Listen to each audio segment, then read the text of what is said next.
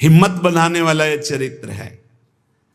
अगर दुख मुझे घेरे हैं, मेरे प्यारे राजी हैं, तो मुझे दुख से कोई परेशानी नहीं। यह है प्रेमी का हृदय। देखो त्रिपुरदास जी महाराज कायस्थ कुल में प्रकट हुए।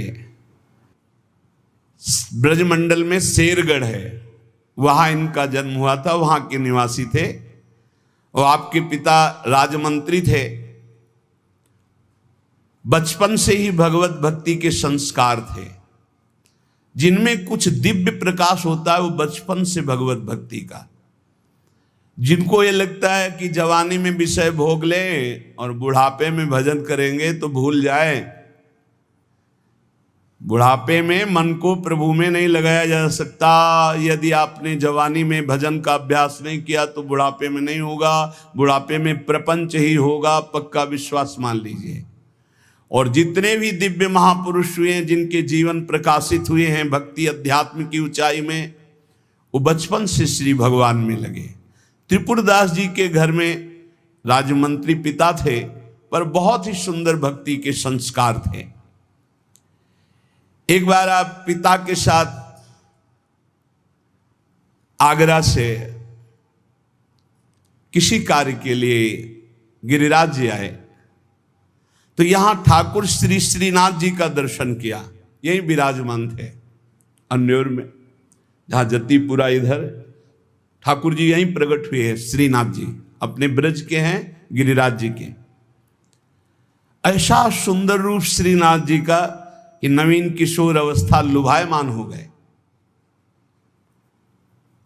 बहुत हट किया, अब मैं नहीं जाऊंगा, इन्हीं के दर्शन करूंगा, इन्हीं के पास रहूंगा। पिता राजमंत्री थे, वहां किसी परिचित से कहा कि बालक है, हट करता है त्रिपुरदास, इसको हम छोड़ देते हैं 2-4-10 दिन यहां। देखो भगवान का विधान, यहां श्रीनाथ जी के दर्शन करेगा, फिर हम आदमी भेज देंगे, बुला लेंगे। अब वो दैवी योग से प्रेरित थे, पुत्र को यहां छोड़ दिया और वापस वो लौटे तो रास्ते में कुछ वैरी दल के राजसैनिक को दुष्टों ने घेर लिया और मार डाला, पिता को मार डाला। भक्तों के जीवन में प्रारंभ से ही विपत्तियों की बौछार हो जाती है, लेकिन आप ऐसा डरिएगा मत। क्या जिनके हृदय में भक्ति नहीं है उनके परिवार के लोग नहीं मरते क्या? जिनके हृदय में भक्ति नहीं वो क्या दुख नहीं भोगते क्या? ये अज्ञानी जन है, नहीं जानते। शरीर रचना के समय शुभ अशुभ कर्मों के अनुसार दुख सुख पहले से रच गया है। भक्ति तो हम आज कर रहे हैं, ये नई खेती है, ये भक्ति का फल नहीं। वो दुख सुख पुराने हमारे कर्मों का फल है। जब आपने सुना, सूचना आई कि तुम्हारे पिता को बैरी दल ने मार डाला है, तो श्रीनाथ जी की तरफ देखा और कहा, आप तो हमारे पिता भी हो, मित्र भी हो, जीवन धन हो। हृदय में बड़ा आनंद हुआ कि चलो नाम मात्र का पिता अंतर्ध्यान हो गया, लेकिन मेरा जो अनंत जन्मों का पिता है उससे संबंध हो गया। अब तो मेरे श्रीनाथ जी के सिवा कोई नहीं है। एकदम निश्चिंत हो गए। रोज प्रभु के सामने भाव विभोर होकर रोया करते, नौ किशोर अवस्था, कि प्रभु अब आपके सिवा हमारा कोई नहीं है।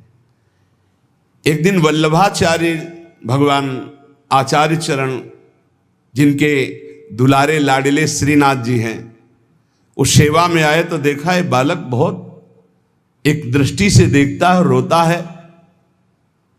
लाओ इस बालक को सामने लाया। ये है भगवत कृपा। जब भगवत कृपा होती है तब गुरु मिलते हैं, और जब गुरु कृपा होती तब भगवान मिलते हैं।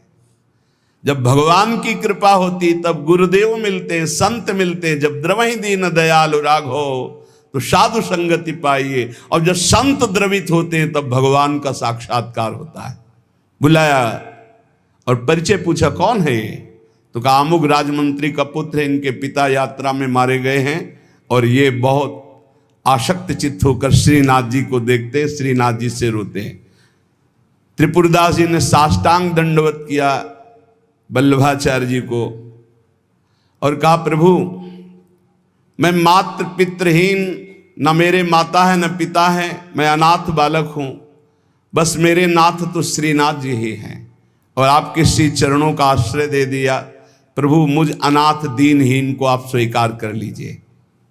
बहुत प्रसन्न हुए। इतना छोटी अवस्था में ऐसे शुद्ध शब्द, ऐसे भागवतिक चेष्टाएं। चलो आज अभी इसी क्षण मैं इसको दीक्षा देता हूं। आचार्य श्री वल्लभाचार्य जी विधि पूर्वक दीक्षा देकर ब्रह्म संबंध कराया। कुछ दिन तक पास रखा और कहा वापस जाओ घर। श्रीनाथ जी की सेवा की भावना रखो, निरंतर चिंतन करो, ध्यान में श्रीनाथ जी का स्मरण रखो, भक्ति में जीवन व्यतीत करो। हमारा सदैव कृपा प्रसाद तुम्हारे साथ है। गुरु आज्ञा तत्काल श्रीनाथ जी से उनके जो परिचय के थे ले गए। यवन राजा था, उनके राजमंत्री थे पिता। तो जब नौ किशोर अवस्था से थोड़ा बड़े हुए तो इनके पिता का पद इनको दिया, राजमंत्री बना लिया। अब ये राजमंत्री में जितना वैभव मिलता, तो इन्होंने एक बात सत्य समझी कि धन की सच्ची योग्यता क्या है।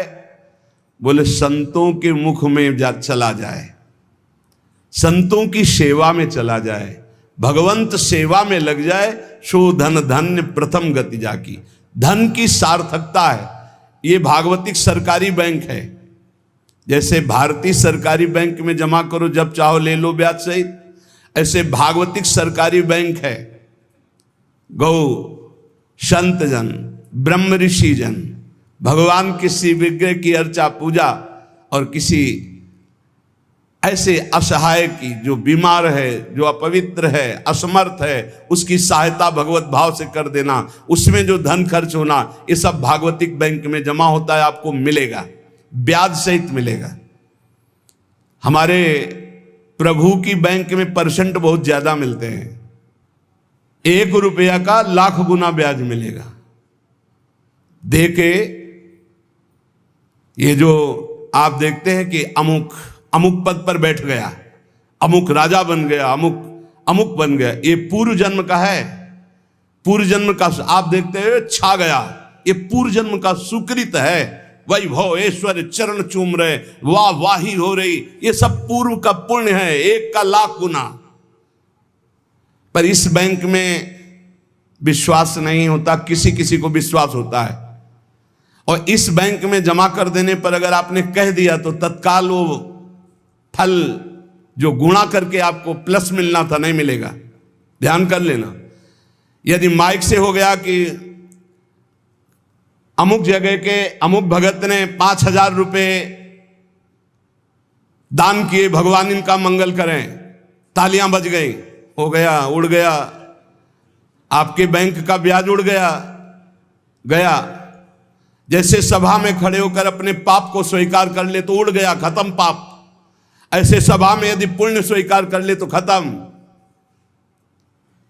बुजुर्ग जन कहते थे कि दान ऐसा करे कि दाएं हाथ से दे, बायां हाथ न जाने। नेकी कर दरिया में डाल, कोई जान न पावे, तब लाख गुना हमारी भागवतिक बैंक से उसे मिलता है। ये तो हुआ अपना धन देने पर। और अगर ये बात हो जाए कि हे प्रभु आपकी वस्तु आपको समर्पित करते तो भगवान मिल जाएंगे, तो दियम वस्तु गोविंदम तुभ्यमेव समर्पये। ये निश्चय किया त्रिपुरदास जी ने कि राजमंत्री पद से जो भी धन आएगा मैं केवल सेवक की तरह प्रसाद से शरीर पोषण करूंगा, सारा धन संत सेवा और भगवंत सेवा में लगाऊंगा। उस श्रीनाथ जी के लिए नियम लिया, प्रतिज्ञा ली कि हर साल सर्दी में दगला बनवा कर भेजेंगे, रत्नों से हीरो से जटित बढ़िया पोशाक, सर्दी की सुनहरे गोटे, सुंदर सुंदर रत्न जटित। अब चाहे करोड़ों के रत्न लग जाए श्रीनाथ जी के लिए, और राजमंत्री थे, दगला भेजते। और रोज संत सेवा होती त्रिपुरदास जी के यहां, संत जन आते, प्रसाद पाते। धन की यही सार्थकता है। जय जयकार हो, भगवान नाम कीर्तन हो, भगवत अनुरागी जन आकर प्रसाद पावे, भगवान की आरती पूजा सेवा। धन्य है वो गृहस्थ, वो धन्य, वो तीर्थ है उसका घर जिसके घर में भगवान की आरती होती, भगवान का नाम कीर्तन होता, आए हुए अतिथियों की सेवा होती है। और श्रीनाथ जी भी बड़े रिजवार ठाकुर, बहुत खुश होकर के, प्रसन्न होकर के वो दगला धारण करते। श्री विठलनाथ जी श्री वल्लभाचार्य जी के पुत्र हैं। वो देखते कि और वस्त्र जब धारण कराते तो ठाकुर जी धारण करते हैं, लेकिन जब त्रिपुरदास जी का दगला धारण कराते तो ठाकुर जी फूल जाते हैं, प्रसन्न हो जाते हैं। भक्त के द्वारा प्रेम से दी हुई वस्तु भगवान बहुत भाव से स्वीकार करते हैं।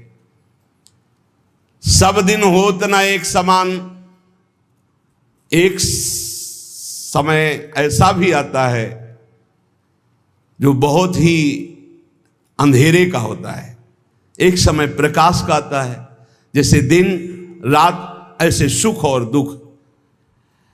अब यवन बादशाह था, उसके पास द्वेषियों ने सूचना लगा दी कि ये राजमंत्री हैं, आपको पता नहीं है, आपके धन का बड़ा दुरुपयोग करते हैं, साधु महात्मा इनके यहाँ खाते रहते हैं और न जाने क्या क्या खूब लुटाते हैं, आपके यहां से वैभव चुराया जाता है। और वो राजा यवन, उसकी बुद्धि बदल गई, उसने तत्काल आदेश किया सर्वस्व अपहरण कर लिया जाए, त्रिपुरदास जी का सर्वस्व संपत्ति जब्त कर ली जाए। मतलब पात्र भी घर में नहीं रह गए, सब जब्त कर लिया गया। जहां रोज संत सेवा, ठाकुर सेवा, श्रीनाथ जी के लिए बहुत महंगा पोशाक सर्दी की, सब, एक पात्र भी नहीं रहने दिया, सब जब्त कर लिया। खाने पीने के लिए एक दाना भी नहीं रह गया, कुछ नहीं, सब जब्त कर लिया, केवल दीवाले दीवाले। अब आप विचार करो, जिसका ऐसा चल रहा हो उसका ऐसा, इसलिए होश में रहना चाहिए। सब दिन होत न एक समान, ये शब्द याद रखना चाहिए। सुख है तो फूलो मत, कल दुख आने वाला है। शरीर स्वस्थ है तो अभिमान मत करो, कल कोई रोग आ जाएगा। जीवित हो तो अभिमान मत करो, कल ही मृत्यु आ सकती है, आज भी आ सकती है। होश में, खूब धन संपत्ति है, कल ऐसा हो सकता है टुकड़े टुकड़े के लिए मोहताज हो सकते हो। पक्का पक्का। आज दुखों घेरे हैं तो आप निराश मत होइए, कल आप बहुत बड़े आदमी बन सकते हैं। उत्साह संपन्न रहिए। आज बहुत बड़े आदमी हैं, धन है, संपत्ति है, वैभव है, नौकर चाकर है, बहुत फूलिए मत। हो सकता है ऐसा समय आ जाए कि तुम्हें किसी के यहाँ नौकरी करनी पड़े अपने पेट भरने के लिए। समय बहुत विचित्र है, पलटने में देर नहीं लगती, पलटने में देर नहीं लगती। खाने पीने तक के लिए नहीं रहेगा, सब यवन राज ने जब्त करवा लिया। अब जैसे तैसे बहुत गरीबी से, कष्ट से जीवन यापन होने लगा। अब आए सर्दी की ऋतु। सर्दी की ऋतु में श्रीनाथ जी को दगला भेजते थे, खूब सुंदर सजा करके। यहां सजाने की क्या बात, खाने की भी कोई वस्तु नहीं रह गई थी। ठाकुर जी की सेवा की प्रतिज्ञा की थी कि जब तक जीवन है आपके लिए पोशाक भेजूंगा। अब सर्दी में कैसे पोशाक भेजे, खाने के लिए भी नहीं। बहुत जोर जोर से रोना आया कि हम हर कष्ट सह सकते थे, लेकिन आपकी सेवा, ये जो सर्दी की पोशाक भेजने की थी, अब कैसे होगी आपकी सेवा। और ये सेवा नहीं होगी तो मेरा जीना, क्योंकि मैंने नियम लिया था कि मैं अपने जीवन में जब तक जीऊंगा हर वर्ष आपको सर्दी के समय पोशाक भेजूंगा, सर्दी की। आप ठाकुर जी से विनय करने लगे कि मैं सब कष्ट सह सकता हूं, आपकी सेवा छोड़कर नहीं। इतने में देखा, दृष्टि गई तो एक ऊपर दावात रखी थी। आपको जैसे कोई डूबते हुए को तिनके का सहारा मिल जाए, और वो दावत पीतल जैसी दिखाई दे रही थी, तो लग रहा था कुछ सिक्के की तो बिकी जाएगी। दावत ली, बाजार में बेचने के लिए गए कि अगर ये बिक जाएगी तो थोड़ा भी कपड़ा मिल जाएगा तो नियम की तो पूर्ति हो जाएगी। भगवान अपने भक्तों को ऐसा कष्ट क्यों देते हैं? क्यों देते हैं? बड़े आराम से जय जयकार हो रही थी, संत सेवा हो रही थी, ठाकुर सेवा हो रही थी। श्री प्रियादास जी कहते हैं, भयो ईश ख्याल, इष्ट देव को ये पसंद है। डरना मत, डरना मत कि इष्ट देव को ये पसंद। क्या पसंद है? अनन्य चिंतन। धन का आश्रय भी नहीं होना चाहिए। सुनेरी मैंने निर्बल के बलराम, अपबल तपबल और बाहुबल, चौथो बल है दाम। और आपसे बता दें, कक्षा 1 के विद्यार्थी से पीएचडी के प्रश्न नहीं पूछे जाते। आप मत डरना, क्योंकि आप क्लास में हैं ही नहीं। आप इस क्लास में नहीं हैं, आप डरना मत। नहीं आपको लगे कि भगवान हमारी भी परीक्षा लेंगे तो आज जो चैन से हम एसी में रह रहे हैं, कल फिर सब खत्म हो जाएगा। ऐसा नहीं, ये डिग्री वालों की होती है। अपने लोग वो पार्टी छुइया वाले पहले क्लास वाले हैं, खूब टॉफी मिलेगी और आराम से पढ़ने को। यहाँ परीक्षा नहीं होती है। यहाँ 2-4 क्लास तो ऐसे ही बढ़ा दिए जाते हैं। जब डिग्री आती है तब वहां परीक्षा होती है, इस बात की कि अब तुम्हारी स्थिति क्या है। त्रिपुरदास जी के ऊपर जो भगवान की विशिष्ट कृपा हुई, ये भगवान श्री कृष्ण चंद्रजू ने युधिष्ठिर जी से कहा। एक बार युधिष्ठिर जी ने कहा कि प्रभु, ऐसा भी आपका नाम लेते हैं, धर्म से चलते हैं, कोई कदम भी कहीं अधर्म नहीं। अर्थ समझ लो भाई, डरना नहीं, डरना ले ली। इसलिए बीच में कह रहे कलयुगी भगत है, ये ले अपनी कंठी माला अनुग्रहामि। बहुत अनुग्रह, हमें नहीं चाहिए आपका अनुग्रह। भगवान ने युधिष्ठिर जी से कहा, यस्याहम अनुग्रहणामि, जिसे मैं स्वीकार कर लेता हूं कि ये मेरा है, उस पर मैं कृपा करता हूं। हमने ये देखा, पहलवानों से भी मिले हैं, वो कुश्ती में अपने जन को वहीं पीटते हैं जहां से कमजोर होते हैं।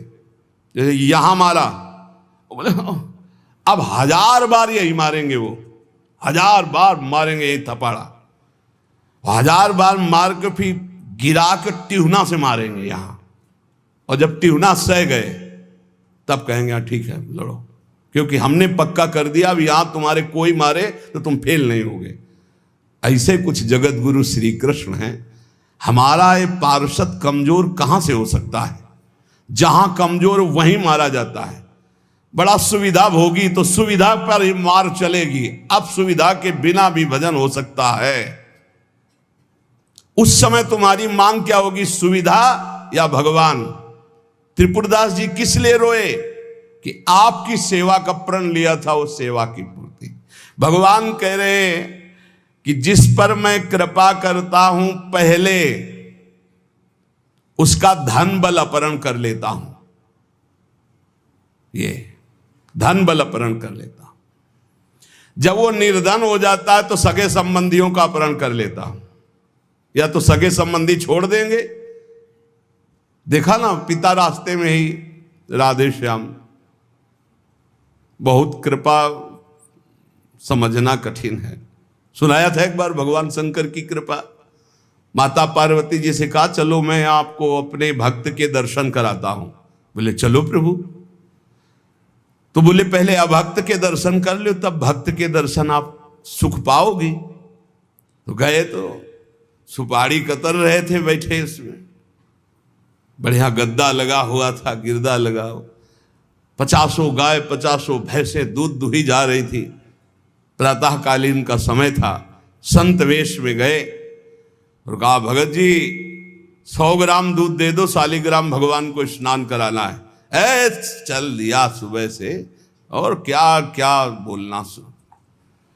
महादेव जी ने कहा हे भगवान, जितनी संपत्ति और वैभव इससे दुगना इसकी कर दो। माता जी ने कहा अवघड़ इसीलिए कहा जाता है इनको, बड़े अवघड़ नाथ है। 100 ग्राम दूध ले दिया, गाली दिया, ऊपर से कह रहे संपत्ति कह दो दुगनी, बोली नहीं पर अंदर अंदर कि बहुत विचित्र और दानी है इनका। आशुतोष बोले चलो भगत के दर्शन। बोले अभक्त तो ऐसा था कि अगर आप साथ ना होते तो इसको भस्म ही कर देती हम, क्योंकि अम्बा तो शक्ति है, आपका अपमान। अरे अभक्त ऐसे ही होते हैं, तुम्हें नाराज नहीं होना। भक्त के पास गए, एक झोपड़ी फूस की, एक गाय, और उसी फूस की झोपड़ी में माए उसकी मैया रहती थी। गए, जो देखा संत तो साष्टांग दंडवत किया, आओ बैठो बैठाला। 100-200 ग्राम गाय का दूध होगा, वो बढ़िया पान करने को ले दिया। प्रभु थोड़ी देर भगवत चर्चा हुई। भगवान शिव ने कहा अच्छा भाई चलते हैं, हम तो विचरण करते रहते हैं। बोले संत भगवान कभी पुनः कृपा करके आना। हम कुटिया के बाहर निकले और कहा हे करुणा निधान भगवान, इसकी गैया और मैया दोनों हटा दो, मार दो। अम्बा जी ने कहा आप बर्दाश्त नहीं होगा, 100 ग्राम दूध नहीं दिया तो उसको दुगना संपत्ति दे दी, और एक गाय पूरा दूध आपको पिला दिया, और मैया बातचीत करने के लिए थी उसको भी आपने मार दिया। कहा कि वो ये क्या है? बोले अभी तुम नहीं समझे। जब इतनी संपत्ति में साधु अपमान करके ऐसी गालियां देता, जब डबल संपत्ति होगी तो ऐसा अपराध करेगा घोर नरक जाएगा, समझो। और इसका कुछ मन मैया में जाता है, कुछ गैया में जाता है। दोनों भगवान के पास गए, भी अखंड हमारा चिंतन करेगा, ये हमें लीन हो जाएगा। माता जी का ये बात तो सही। तो बोले जिस पर मैं कृपा करता हूं, इस माया प्रपंच से उसे अपने स्वरूप में स्थित करता हूं। वो जरूरत, देखो जरूरत है, ऐसा नहीं कि एक बुखार की दवा सबके साथ चलेगी। बुखार की भी क्वालिटियां हैं, समझना। अब मलेरिया है तो उसके लिए अलग, डेंगू है तो उसके लिए अलग, साधारण वायरल है तो उसके लिए अलग। हम लोग साधारण बुखार वाले हैं, चिंता मत करो। ऐसे हाई इंजेक्शन नहीं लगेंगे जैसे त्रिपुरदास जी के लगे, या प्रहलाद जी के लगे, या नरसिंह मेहता जी के लगे, या मीरा जी के लगे। अपने लोगों के नहीं लगेंगे। बहुत ऐसे वायरल, जैसे ऋतु का बुखार है ना, अपने लोग ऐसे बुखार के मरीज हैं। डेंगू वाले नहीं है कि भर्ती हो जाए, प्लेटें कम हो रही। डरना मत। अलग अलग बुखार की जैसे दवा, ऐसे अलग अलग भक्ति की स्थिति की परीक्षा होती है। अब इसकी स्थिति क्या होगी, वो तो जगत पावन करने वाले भगवान ये देखते हैं। बहुत सुंदर बात है ये, अगर समझ में आ जाए। भगवान अंधकार का नाश कर देते हैं, भगवान स्वप्न का नाश कर देते हैं। ये सब स्वाप्निक जगत है। अब मोह ममता से युक्त इसलिए डर जाओगे, तो हम कह रहे हैं तुम्हारे साथ ऐसा होगा ही नहीं, क्योंकि तुम उतनी स्थिति के ही नहीं हो। डरना मत, सच्ची मानिए। क्या चक्रवर्ती सम्राट अम्बरीश जी भगवान के भक्त नहीं है? ध्रुव जी भगवान के लिए भजन करने के लिए गए तो आज ऐसा पद मिला कि त्रिभुवन में किसी को नहीं। सुदामा जी को दरिद्रता प्राप्त थी, और सुदामापुरी की रचना हो गई जैसे द्वारिकापुरी की रचना। आप हमारे श्री कृष्ण के प्रति ऐसा ना सोचे, ये जो कह रहे हैं बड़ी गुप्त बात है। उसके अंदर के ममत्व का नाश कर देते हैं, उसके अंदर के अज्ञान का नाश कर देते हैं। क्या आप अपने अज्ञान का नाश करवाना नहीं चाहेंगे? यहां अज्ञान की वृत्ति के नाश की बात है। आप ऐसा मत सोचिएगा। और आज तक कोई भक्त आपको भिखारी नहीं मिलेगा। आप ध्यान दीजिएगा, पुरुष से लेकर के जहां दृष्टि डालिए, जहां भक्तों को, तो आपके 4 घर में लोग होते हैं, उनके भोजन की व्यवस्था में आप चिंतित रहते हैं, समझ रहे? जब हम मांग के खाते थे तो भूखे रह जाते थे, और जब भरोसे पे हैं तो 300-400 लोगों का बाल भोग, राजभोग और शयन भोग अपने आप हमारे प्रभु पूरा करते। तो हरिष्ये तद्धनम, तुम्हारा घर कितना बड़ा है, हमारे घर में कितने बैठे हो देख लो। घबराना मत, इसलिए हम कह रहे, डरना मत अब इसीलिए कह रहे। नहीं तो आपको लगेगा भगवान कह रहे यस्याम अनुग्रहणामि हरिष्ये तद्धनम, ये धन ही हर जाएगा तो अब हमारे भक्ति का मतलब क्या रहेगा? नहीं, इसका मतलब है अज्ञान का नाश हो जाना, तम का नाश हो जाना, माया मोह का नाश हो जाना। क्या आप दुख का नाश नहीं करवाना चाहेंगे? ये भक्ति दुख का नाश करके सर्वतोभावेन महासुख प्रदान करने के लिए है। ततो धनम त्यजन्त्यस्य स्वजनाहा दुख दुखितम। भगवान कह रहे हैं फिर उसके परिवार वाले उससे प्यार नहीं करते। क्या झूठे प्यार में फंसे रहकर जिंदगी गंवाना चाहोगे? क्या आप ये नहीं जानोगे कि तुम्हें कोई प्यार नहीं कर रहा?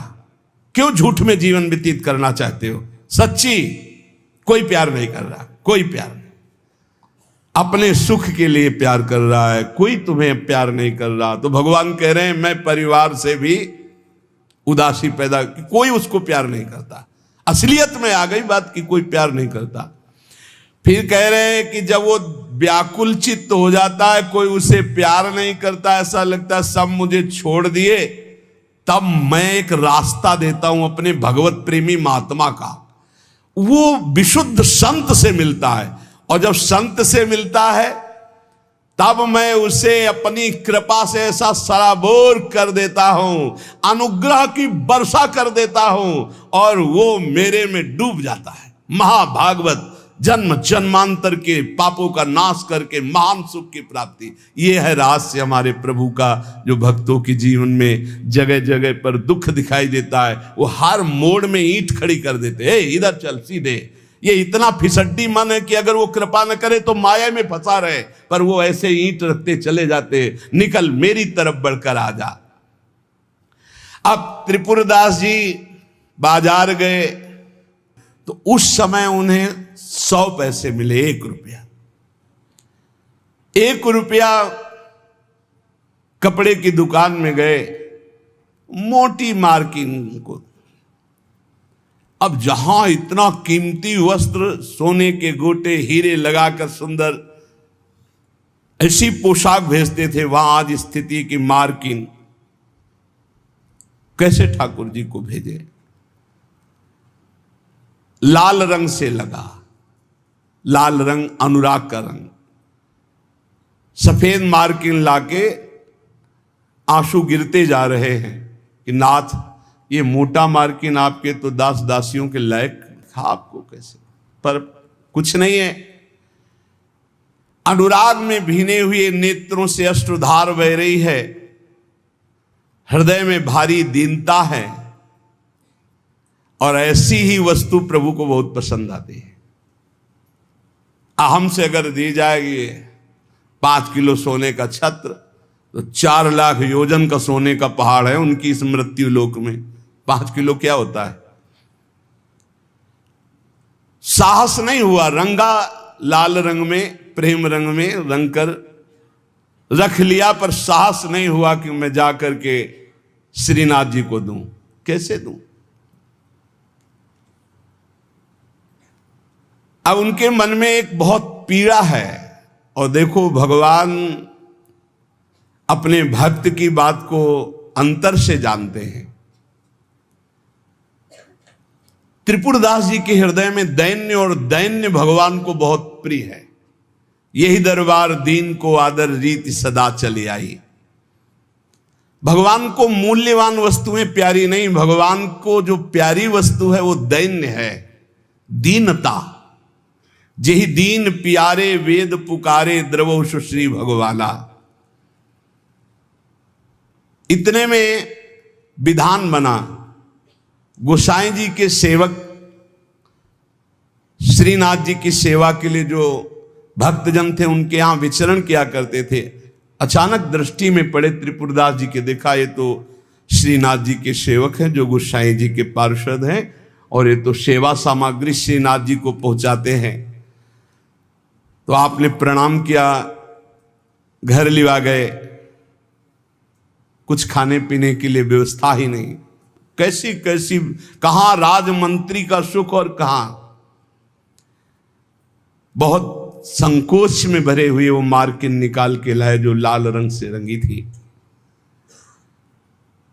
और कहा हाथ जोड़ करके कि हर वर्ष प्रतिज्ञा थी कि श्रीनाथ जी को पोशाक भेजेंगे, पर भगवत कृपा से वैसा विधान बन गया है। यद्यपि ये श्री गोसाई जी के किसी दास दासी के पहनने योग्य भी नहीं है, फिर ये श्रीनाथ जी के श्री अंग के लिए तो क्या होगी। पर आप क्या इस भेंट को वहां तक पहुंचा देंगे? भंडारी को दे देना, पर गोसाई जी को कुछ मत बताना, न मेरी स्थिति बताना कि खाने को भी नहीं, और ना ये बताना कि ये मार्किन भेजा, कुछ मत कहना, उनको दुख पहुंचेगा।